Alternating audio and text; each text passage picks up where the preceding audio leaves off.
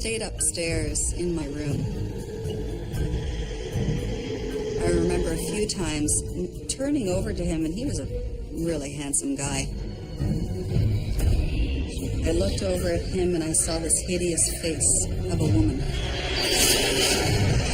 My mother just whipped around with the duster in her hand. She said, "You want to bet?" And the look on her face was pure, oh my, and I just sat there and I'm like I didn't know what to say. And she started shaking the duster, and Dad turned to me and he said, "What do I do?"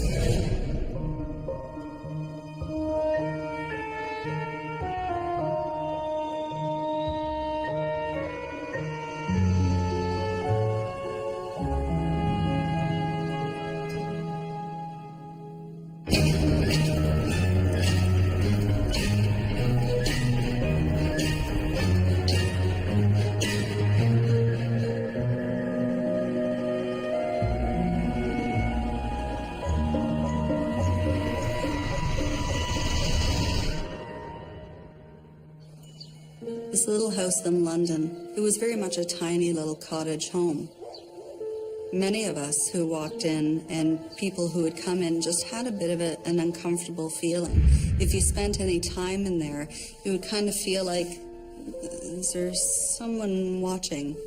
You know, although it had a very small, cozy feeling, it was old, it was drafty, it really didn't lend itself to being a place that you wanted to stay around in too long, and especially upstairs. When you went upstairs, it was just a little attic space, which had been converted into 2 small little bedrooms. I would wake up at 3:00 every morning.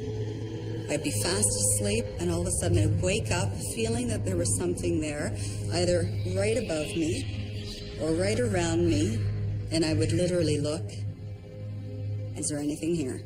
And I'd look to the clock, 3:00.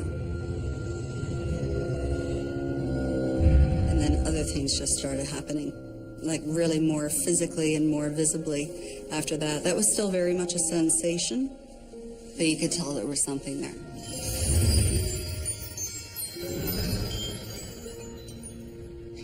Parents, grandparents, the old couple down the street. The elderly are often a source of experience and wisdom. But as ghost literature reveals, in the supernatural world, they can also be terrifying and dangerous. I am Lawrence Chow. Today in Ghostly Encounters, we meet Helen and Lisanne. They both have chilling tales to tell about the ghost of the aged. Helen Roos believes she senses a presence, she tells us, that makes life in her cozy cottage anything but comforting. In the kitchen, cupboards started to move. You know, you walk in and you see something, bang, bang.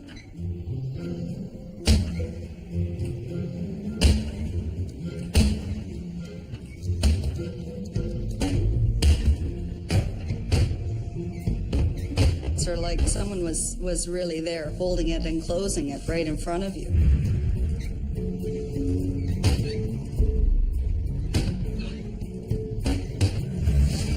Chairs were moving. The dining room chairs would now be one in the sunroom, one in the living room, one in the kitchen, and you're like, what the hell is going on in this house? When I started university, I worked while I went through school, so did school full-time because I wanted to get out. So I ended up going to Toronto for a couple of years. But coming back, I thought, 23 years old, here with my boyfriend, nothing's gonna happen. But it did, it just kept getting worse.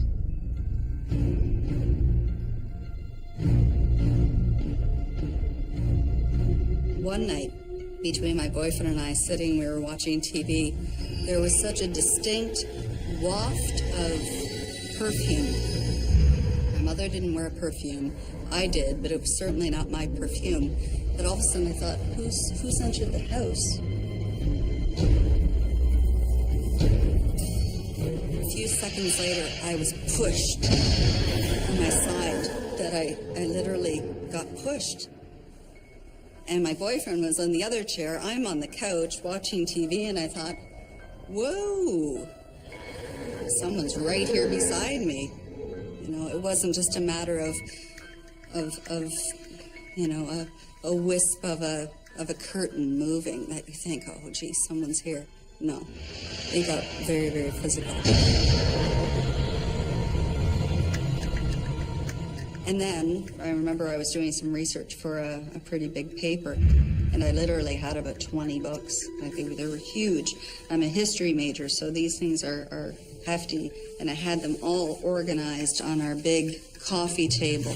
And then all of a sudden, boom, a huge mass of books that just scattered everywhere. And it was something so definitive that something with great force must have just cast the whole lot of them right onto the floor. I got to the point, though, even, you know, as she pushed me, that I sort of said, enough. Enough. You're You know, not just to try to say, you're not scaring me anymore, although she was. But I thought if I can just verbalize it and just say, just enough. But it didn't matter. And we looked at each other, we held our hands and just went, oh my God. This was something out of a horror movie. It's getting worse, it's getting big, it's getting powerful now. When I was in the kitchen, there was an incident, and I remember stirring. I don't know what I was doing. I was stirring something. There was a knock, a definitive knock. And it was, I think, springtime, so we thought probably someone canvassing for Girl Guide cookies, who knows. And he said, oh, I'll go get it. I was like, good, I'm cooking. And then there was a woman who just sort of walked right past him to get the door.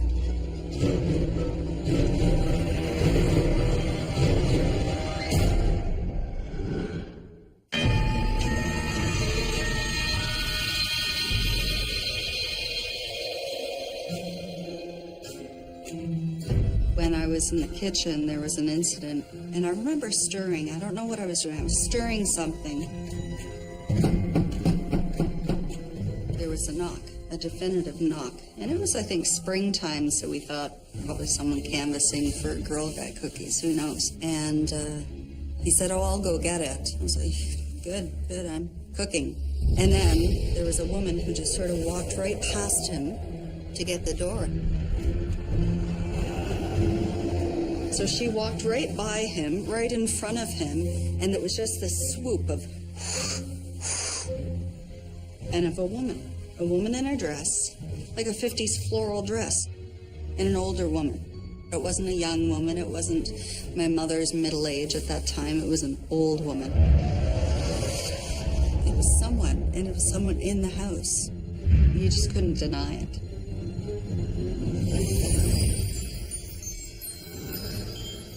Ellen believes she has finally seen the ghost that's been tormenting her.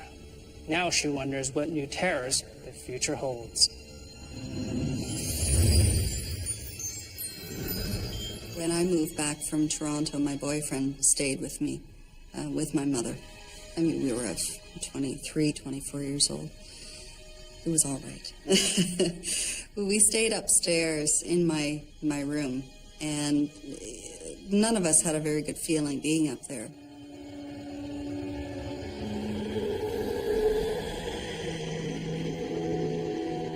I remember a few times turning over to him, and he was a really handsome guy.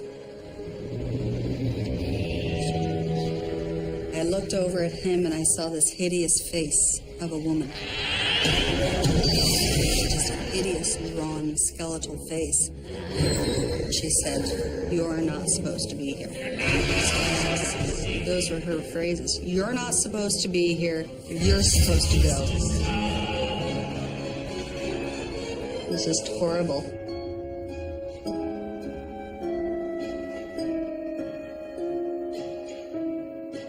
And so it was at that time that we said, okay, hold on.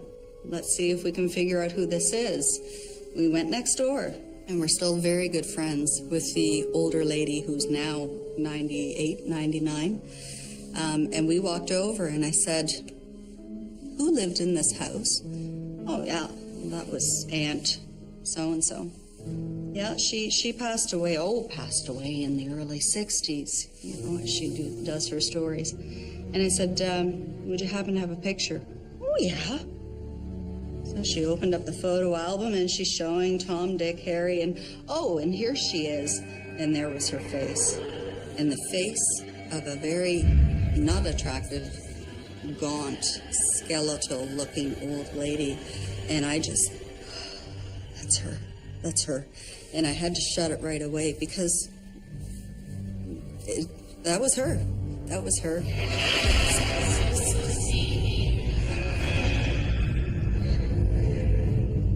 Then it ended up that the woman was elderly. She was living in that house with her son and her daughter-in-law. And it had always been the deal that she was to remain in that house forever. And that was the guarantee that her son had made her. But when he died, the daughter-in-law shipped her off to a senior's home. And when she died, she came back to the house because that was her home. That was where she was to be. Oh, I think she wanted revenge. I think she wanted to put me out, inconvenience me as supposedly I had done to her.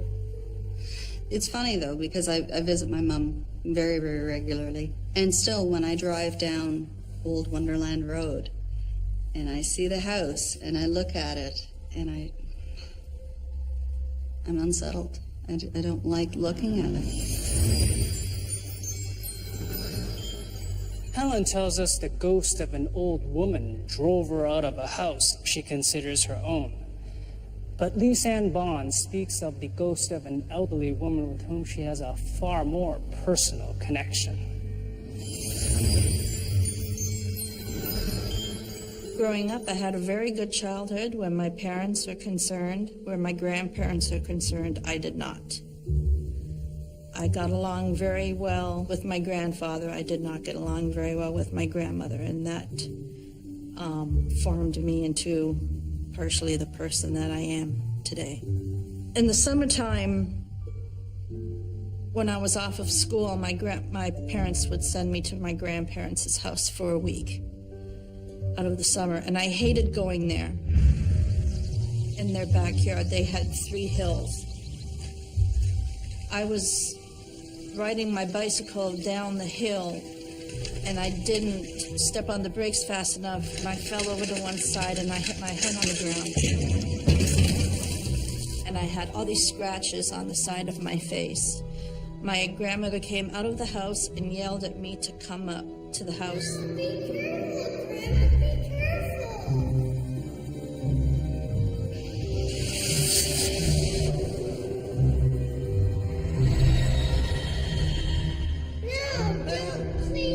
And she rubbed salt water into the cuts on my face and told me that that's what I get. And she just pretty much slammed it right into my eyes, and she kept it there while I'm screaming and telling her that it stings. I would see other people's grandmothers, and I would find it strange that their grandmother didn't act like mine. And that's when I realized that I had the strange grandmother. I wanted everybody else's grandmother. I wanted the grandmother that would bake cookies with me or teach me how to knit. My mother did that. My grandmother didn't teach me anything at all. When she ended up having a couple strokes, we moved her out of the house and put her into a nursing home. At about 2 o'clock in the morning, the phone rang, and Mom came running into my room. And there was a lot of, okay, yes, okay. And I turned the light on and I looked at her and I said to Mom, is she gone? And Mom said, she's gone. And we had this big sigh of relief, like, finally. That was the only thing that I could think of saying that would get this weight off of my shoulders, is you will not hurt me anymore. It was time for her to go. It's just unfortunately she didn't completely go.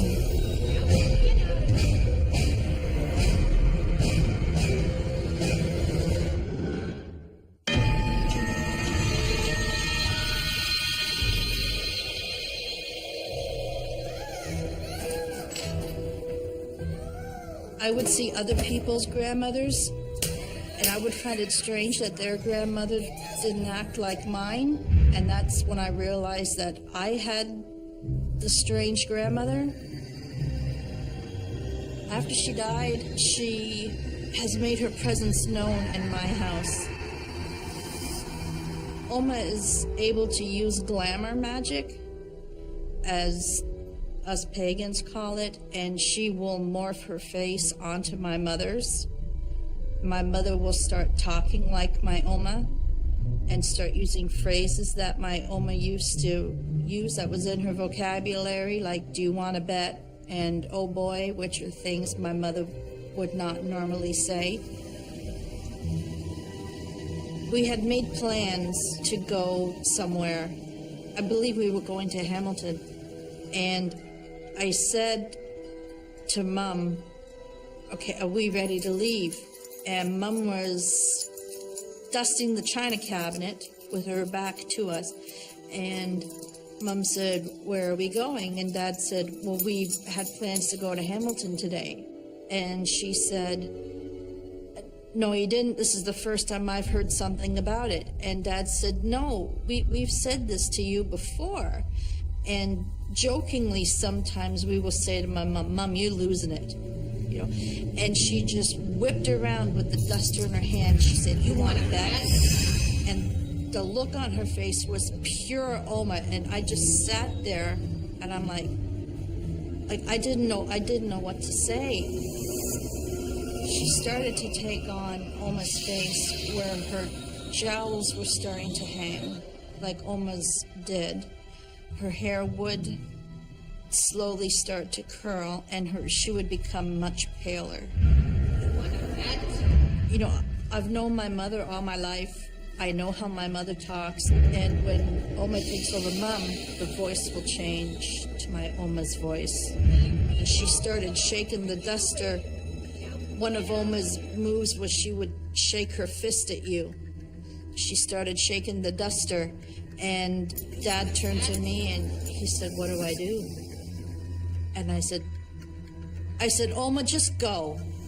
And she almost had like this little smile on her face, like it was Oma saying, ha, look what I can do. And then Oma left. And Mom said, oh, I'm sorry, I guess I forgot to write it down, or I don't remember. We can go after lunch. And then we told her afterwards what had happened, and she almost started to cry. She said, I'm sorry, I don't know what came over me. I don't know what happened. And I said, oh, I can tell you exactly what came over you. It was Oma. I think what it is she's still trying to assert her position, still trying to threaten and to hurt me and to make me feel like I'm nothing. And it got so strong to the point where I tried to have her smudged out of the house. She just won't leave.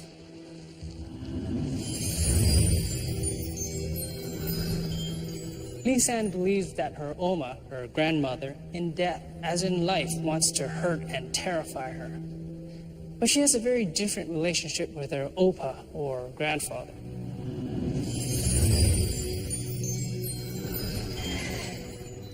Opa was a much kinder, gentler person than Oma was. Opa was a very proud man. He was a very proper man. He never went anywhere without a hat on, and he always made sure he was shaved. And he was also a master cabinet maker. He liked to play practical jokes, and his big thing was everything had to be straight. If he could have carried a level in his back pocket, he would have.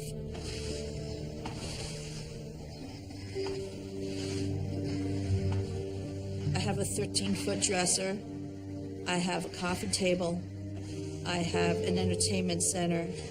And I have a couple other things that he made as well. He only wanted the best for me. When Oma and I would start arguing, he would break in and tell Oma to shut up and to leave me alone. When my grandfather passed away, I was very upset. I'm bawling my eyes out because this is the first death I've had that has been close to me. At about 2 o'clock in the morning, my entire room filled up with light.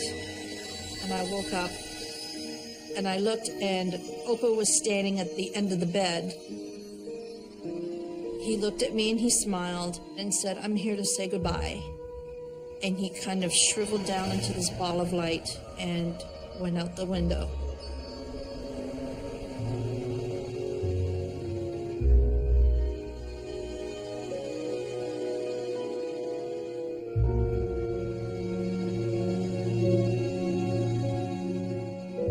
I know that Opa still visits my house. I know he's looking around and out for me. I get a feeling of peace when I know Opa's around. I see his reflection in the TV, and I see his reflection in my computer monitor. And when I see him in the reflection, he's always smiling. My mother made these bears. She used to make these for other people as well. They're called memory bears. When Opa had died, Mom made me this bear. This is made out of a spring jacket. The vest and the pants are made out of his suits, one of his suits, and his sweater and turtleneck is made out of a sock. And then when Oma had passed away, Mom said, "Well, do you want something to stick on that black bear to make it an Oma bear?" And I thought, well, I guess, I've got the Opa bear, I may as well have an Oma bear. So I took her necklace.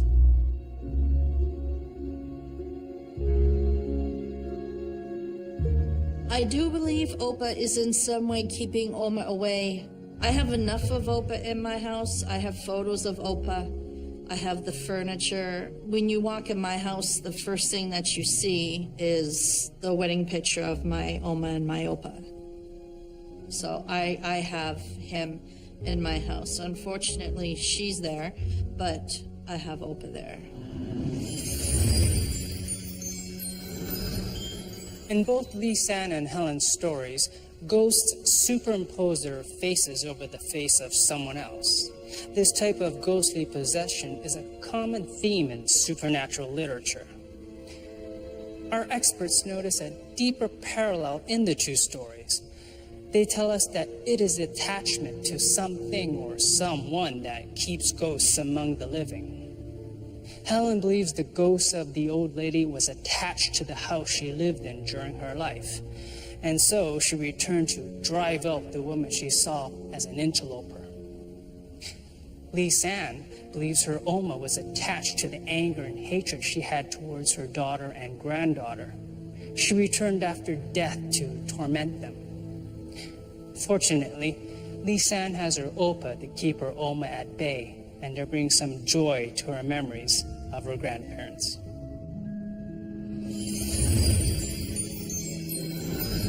I think that if he were alive today, he would be happy, I believe, with the person that I've turned out to be. A strong person who will no longer let anyone treat me the way she did. I think there are probably connections that people have, that you either get trapped and you can't move on. And I think philosophically, as I hear so many other stories around, I really think that there's either that dimension where people just can't leave or they have their imprint. They make it known.